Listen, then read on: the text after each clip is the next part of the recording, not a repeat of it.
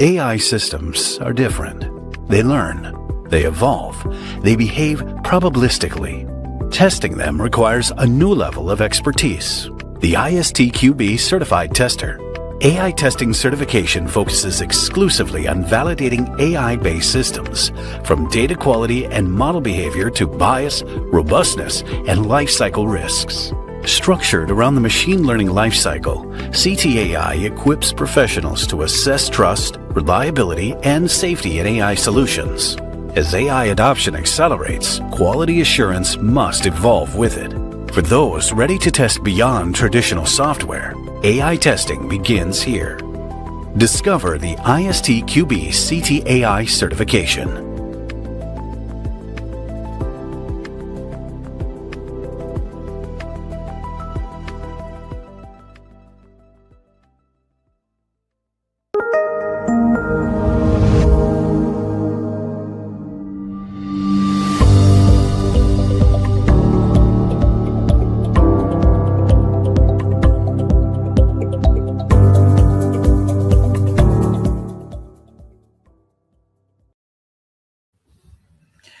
Hi everyone, I'm Valida and today I'm hosting Anton Angelov.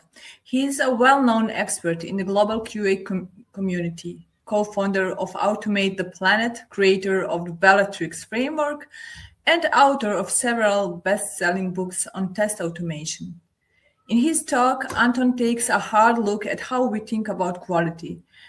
This isn't just about testing, it is about responsibility, risk, and the role we play in shaping technology. Because software doesn't just support decisions anymore, it makes them. And when something goes wrong, well, there is no undo button. Let's get started. Welcome, Anton. Thank you for having me. Let's begin. All right. Let's start with the simple but increasingly uncomfortable truth. In the world that all of us here, QAs, devs, architects are building, there is increasingly no undo, CTRL+Z, no going back. And here is a story. This story is from August 29th, 2021, Kabul. A drone guided by AI intelligence tracks a white Toyota, and the system calculates 98% probability an ISIS key terrorist that it's transporting explosives. And the car stops near a residential building. A missile launches, and the mission, according to the machine, successful. But hours later, it becomes clear this is not a terrorist. This is a humanitarian worker. And in the truck, not bombs, but water containers. 10 civilians die, 7 of them children. And the algorithm is mathematically precise, but humanly catastrophic. No undo, right? This is not just another edge case. This is already the new reality that we humans must deal with. And this, it's not only on the battlefield. And here is an example, Amazon 2018, AI for hiring. It learns that successful candidates are men and starts cutting CVs that contain the word women. 2024, Workday, similar app. Their hiring algorithm mass rejects people over 40, black people, people with employment gaps. And one person, the person on the screen, Derek Mobley, a black man, 40 plus, with an anxiety and depression, applies for 100 positions. And he's rejected every time because the machine decides that graduation year and gap in the CV is equal to failure. In this case, grew into a national class action lawsuit in the US. The same in the justice system. The compass system used in courts assigns higher recidivism risk to black defendants without explaining why. And sometimes AI doesn't just hallucinate, it rewrites the history. What you see here is not a joke. This is a real case with Gemini, Google's model created with mission to be fair and avoid racial bias. You ask it, show me an image of one of the founding fathers of the US, a Viking, the Pope. And the results is diversity: a black pope, a female Viking, Native American founding father. And as if the model is so determined to be politically correct that it ignores history. It rewrites reality not to offend anyone. And its quest to be fair, AI actually turned out even more biased, right? Reverse racism is still racism, and Google suspended this feature last year for months, but the damage was already done. Again, now it's better, but last year it was a disaster at one point. And here comes the role of QA. Not just an engineer, but psychologist of the model, right? Our job now is to examine the system's childhood, what the data raised it, what worldview is built into it, what biases are fed into it, even with the best intentions. And this brings us to something extremely important, the test oracle problem. In classic testing, everything is easy. 2 + 2 = 4, the truth is clear. But when AI decides who to hire, who to release on bail, who is the oracle there? Historical data, it's full of errors, discrimination, cultural distortions. And the first task of QA in AI is not to test whether it works, but to ask the most important question: what we accept as truth. Is it actually truth or just an echo from the past, distorted through a single culture? And an AI model is only as reliable as the context it's been tested on. And if there is no context, even the most elementary system can fail in a spectacularly absurd ways. Imagine this, a little joke. You decide to buy a toilet seat online, not for yourself, but for a friend, as a joke gift for their new apartment or a house. A one-time absurd purchase, but the algorithm doesn't know it's a joke. It only sees toilet seat, interest, user profile. And for the next 6 months, the internet decides that you are the biggest toilet seat enthusiast in the country. App starts fooding in for heated seats, beaded functions, gold designs with gemstones, velvet with screens, Bluetooth, smart water flushing, pink marble, then with personally hand engraved messages from Paulo Coelho, voice-activated opening, augmented reality views of the Alps with a little pine air freshener that you put in the car, but here. And new gem, a seat that measures your pulse and suggests meditation if you sit too long. And for programmers, a developer edition with dark mode, REST API for flushing, and GitHub integration so you can commit from the throne. And the algorithm is 100% certain you're an enthusiast collector. Technically, everything checks out. Contextually, complete absurdity. It's funny until it becomes dangerous. And because similar lapses in common sense can happen in systems that make decisions about human fates, that's why QA needs to anticipate such things, to predict not only whether the system works by design, but whether it's capable of understanding the context, and whether in fact it's convincingly wrong. Let's take another example, this time not funny, but instructive. 2023, New York. 2 lawyers use ChatGPT to write their legal brief. The model finds 6 court cases. Excellent material, except everything is fabricated. Everything. Cases, rulings, hallucination from end to end. They submitted it to court, and the judge sees, naturally sanctions them, $5,000 fine, and the media tears them apart.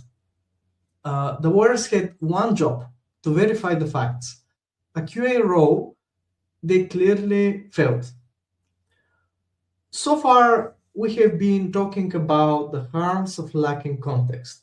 But when the stakes become serious, from strange chats to real lives, we cannot rely on intuition.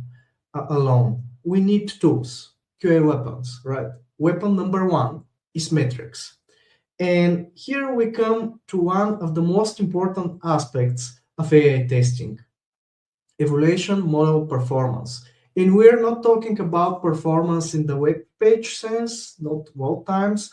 We're talking about metrics that measure how accurate, complete, and reliable the model's predictions are. And let's go back to the SWAT metaphor, a survivor camp. At the entrance, there is an AI zombie detector. And what would be worse?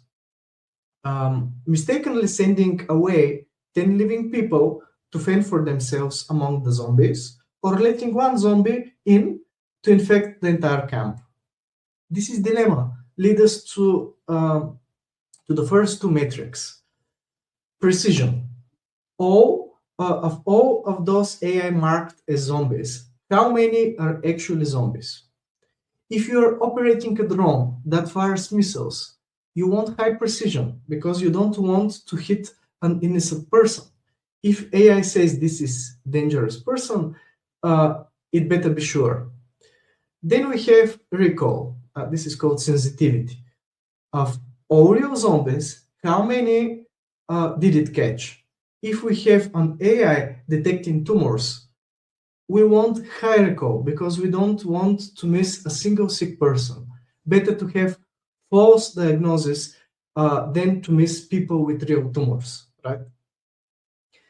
If we chase high recall, we will be more paranoid. Better to turn away a real human than to let a zombie into the camp. If we chase high precision, we will be careful not to falsely accuse a real human, but we might let the real zombie into the camp. And if we want a balance, we can use F1 score. This is a combined metric that accounts for both, but there is more. What if the zombie went through the trouble of looking like a human, holding a photo of a person in front of the camera, or wearing glasses? This is a classical example of adversarial attack. It could be a sticker on a road sign, as we will discuss later, that confuses the car. It could be a photo on the face that misleads the facial recognition software. It could be simply a photo of a zombie with glasses that the system has never seen in training. Our job as QA is to think both as user as another attacker, to look not only for how the system works, but how it can be fooled, how it can be attacked and circumvented. Let's now switch from the metaphorical example to a real one. Problems don't always come from the model itself, but from the environment around it, where reality misleads the model. In 2016, a Tesla Model S on an autopilot fails to see the trailer of a white truck, blending with the sky, and the car doesn't slow down, doesn't stop, it slams underneath at full speed. The driver dies instantly. In 2019, nearly the same incident again in Florida, same scenario, different person.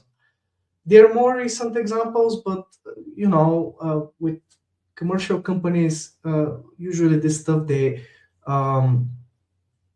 available for the public years later because they're defended in the court, etc. There are many more examples in recent years as well. As if the same zombie with a photo passed all checks twice, but let's move to the next level. Active attacks against the model.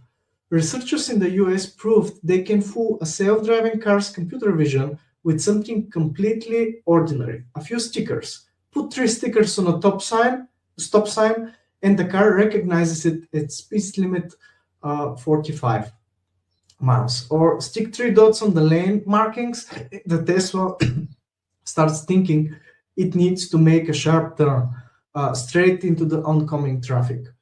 And here we're no longer talking about a bug. We're talking about adversarial attacks. That's what targeted attempts to confuse a model with minimal but fatal changes of code.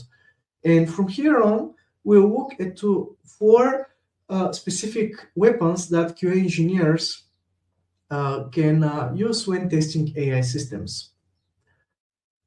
All right, and here is the second, the digital twin, the next generation simulations. If with the previous weapon we measured how the model performs, now we will throw it into real difficult situations, but virtually. Without killing people, without crashing cars, without shooting down drones, because the truth is, when we test AI, especially in things like self-driving cars, the real world simply isn't enough. Example, Waymo, Google's autonomous driving project.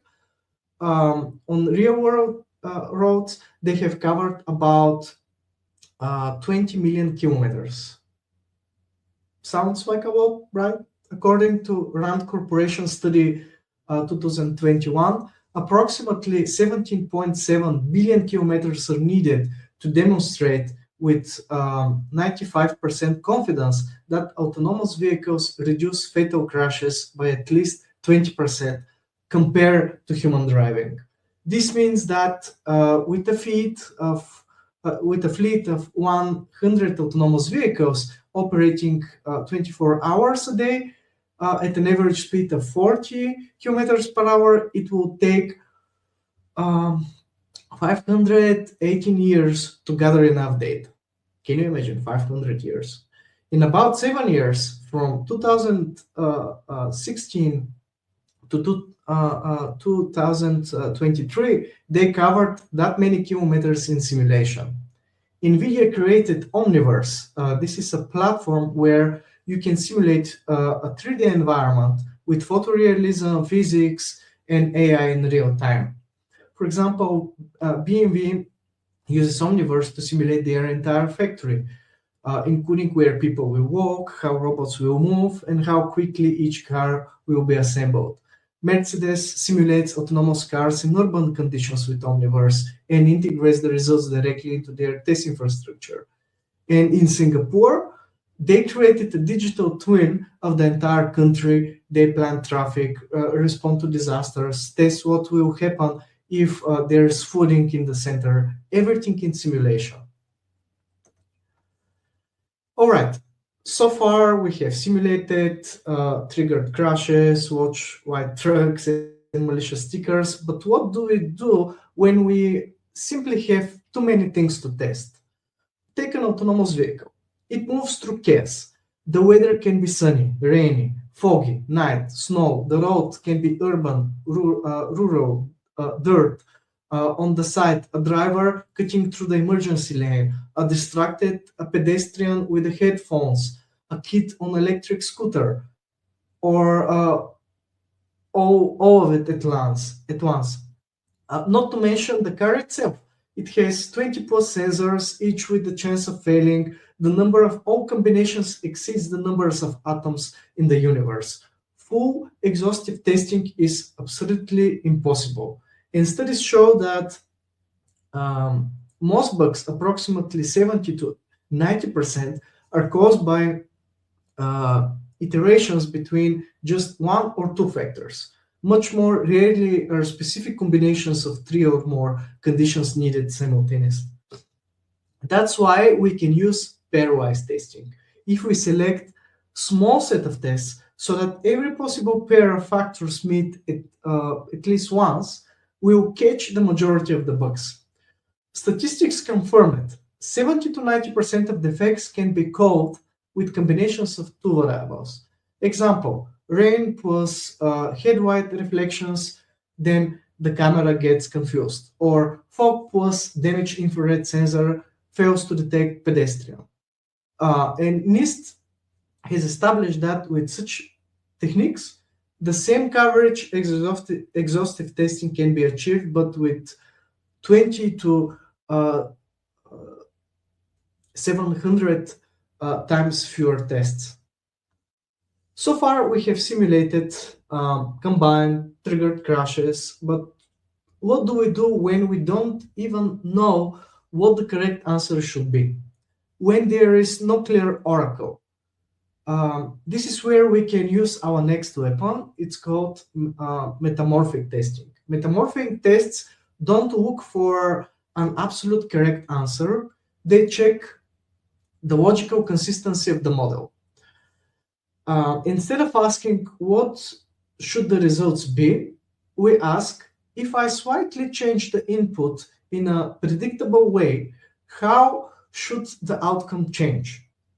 Example, the computer vision. With the computer vision, we have an AI that recognizes road signs. We give it a perfect image, and it correctly sees 55 kilometers per hour, right? Now, we give it slightly modified version of the same scene. We swap the positions of the signs, we slightly blur the image, we simulate rain, fog, or snow, we whiten the signs, we zoom the camera in or out.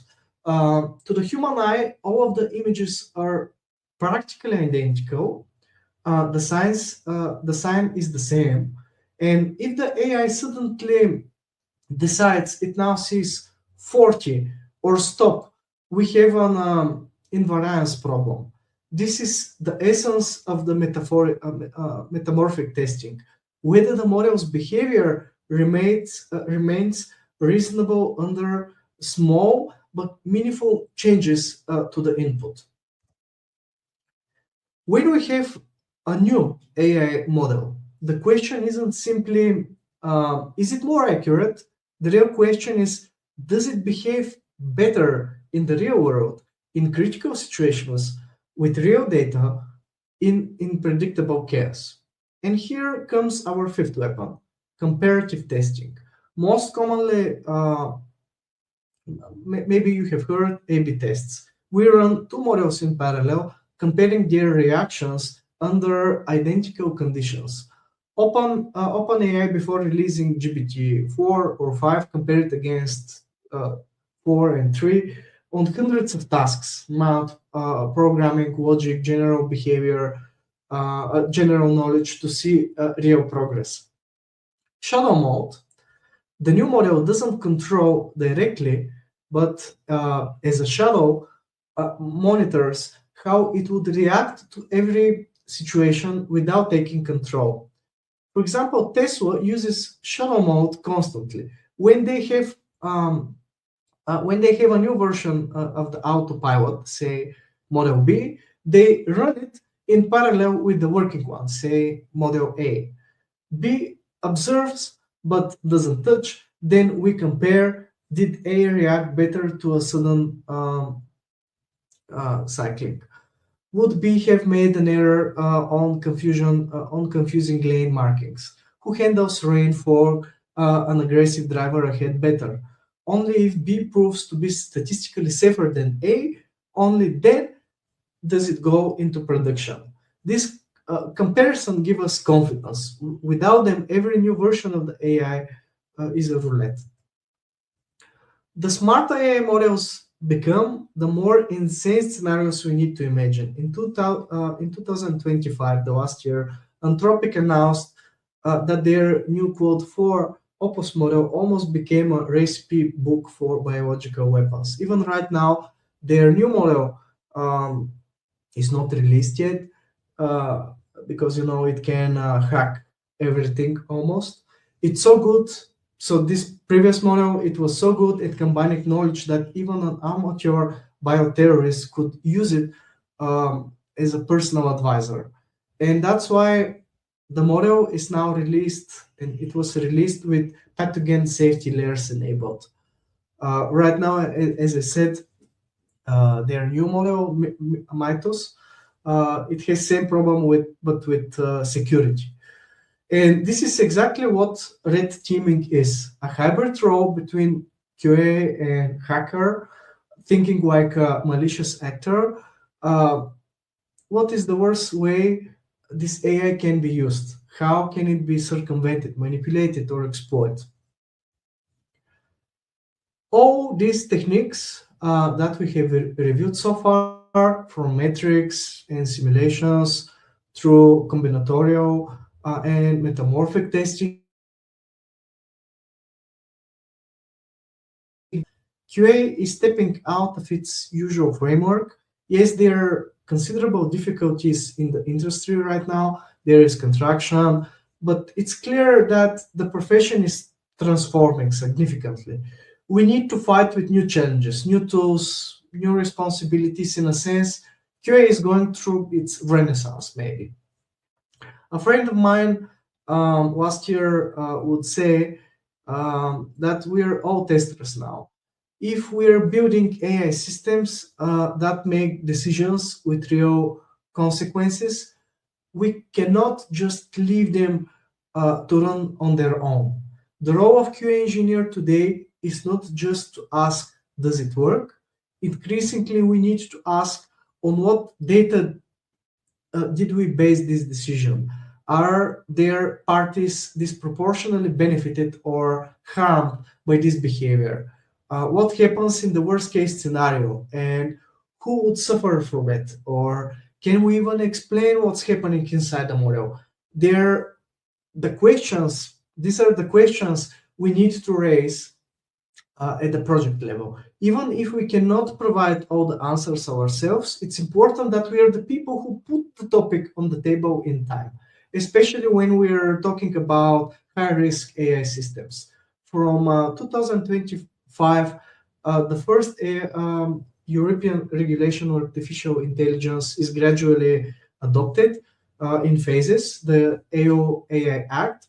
This August, there will be a new phase, and this comes into effect, requiring QA processes and even audits of AI systems.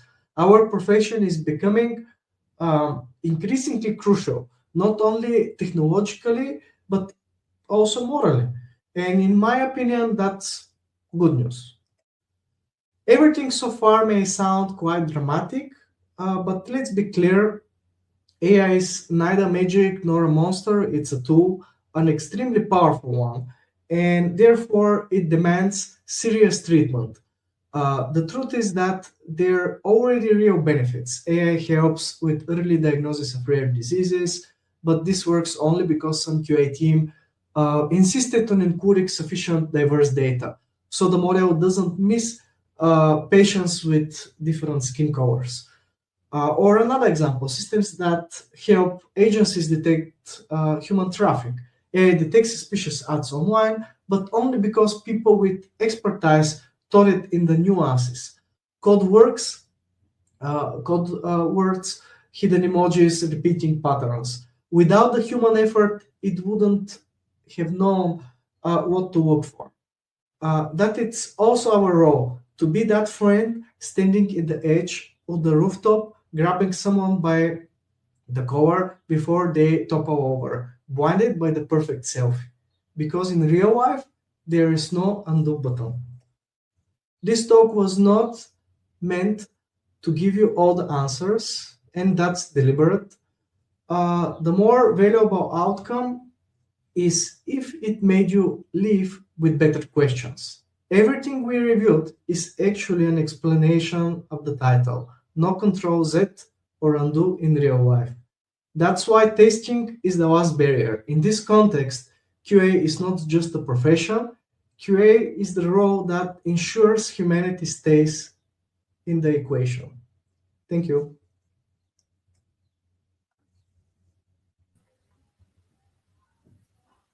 So thank you, Anton, so much for your presentation. There are a few questions for you.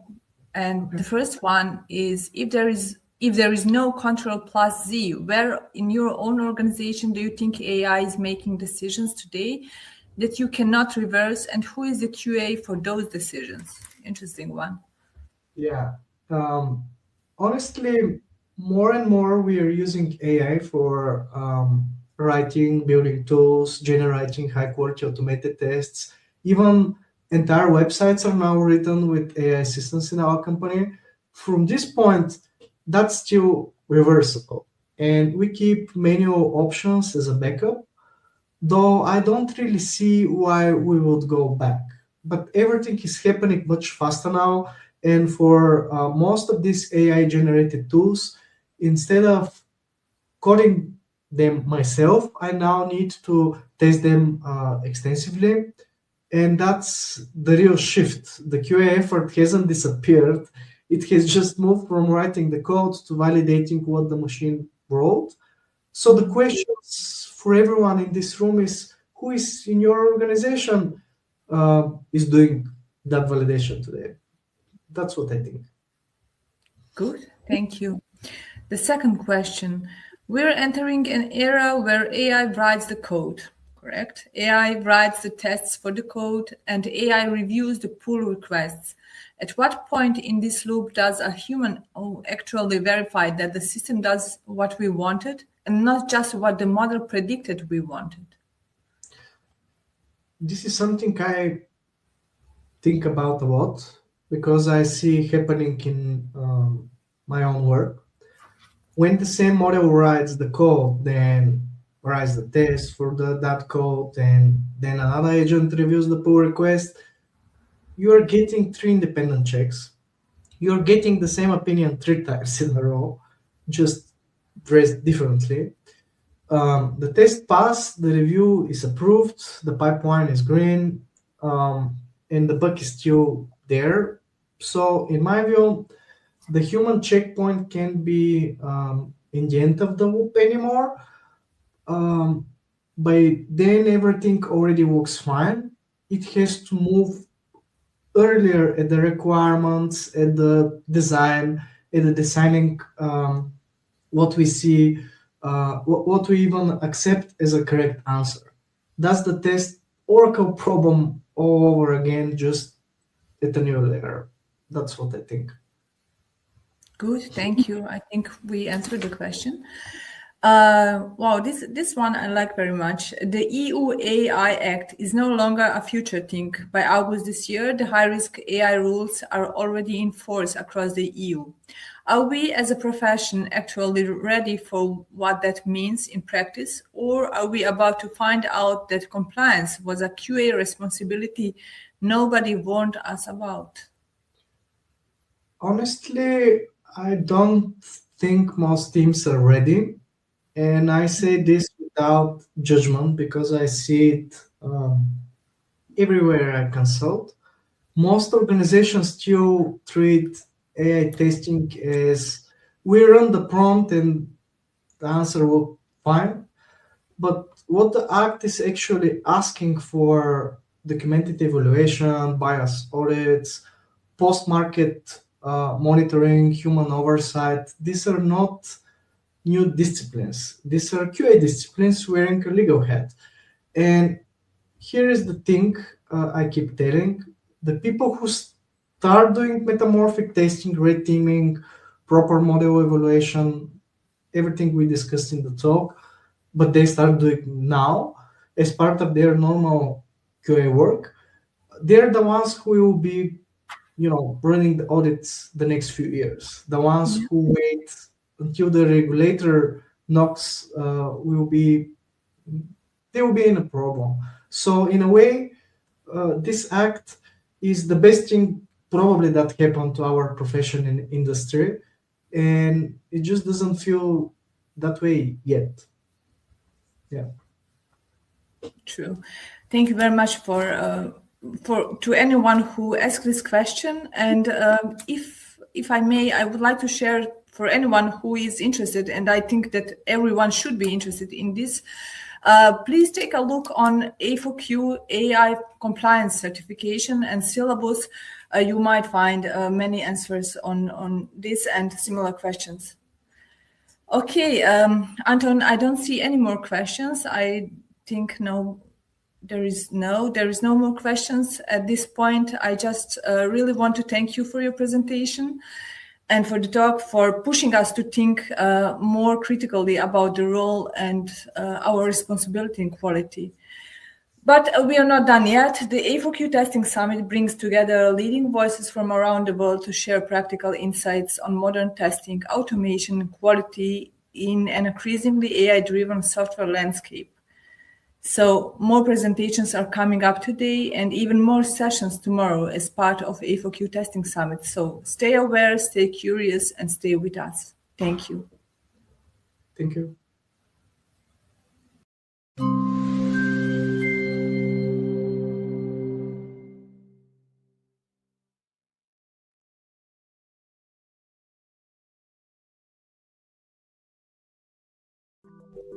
AI systems are different. They learn, they evolve, they behave probabilistically. Testing them requires a new level of expertise. The ISTQB Certified Tester. AI testing certification focuses exclusively on validating AI-based systems, from data quality and model behavior to bias, robustness, and lifecycle risks. Structured around the machine learning lifecycle, CTAI equips professionals to assess trust, reliability, and safety in AI solutions. As AI adoption accelerates, quality assurance must evolve with it. For those ready to test beyond traditional software, AI testing begins here. Discover the ISTQB CTAI certification.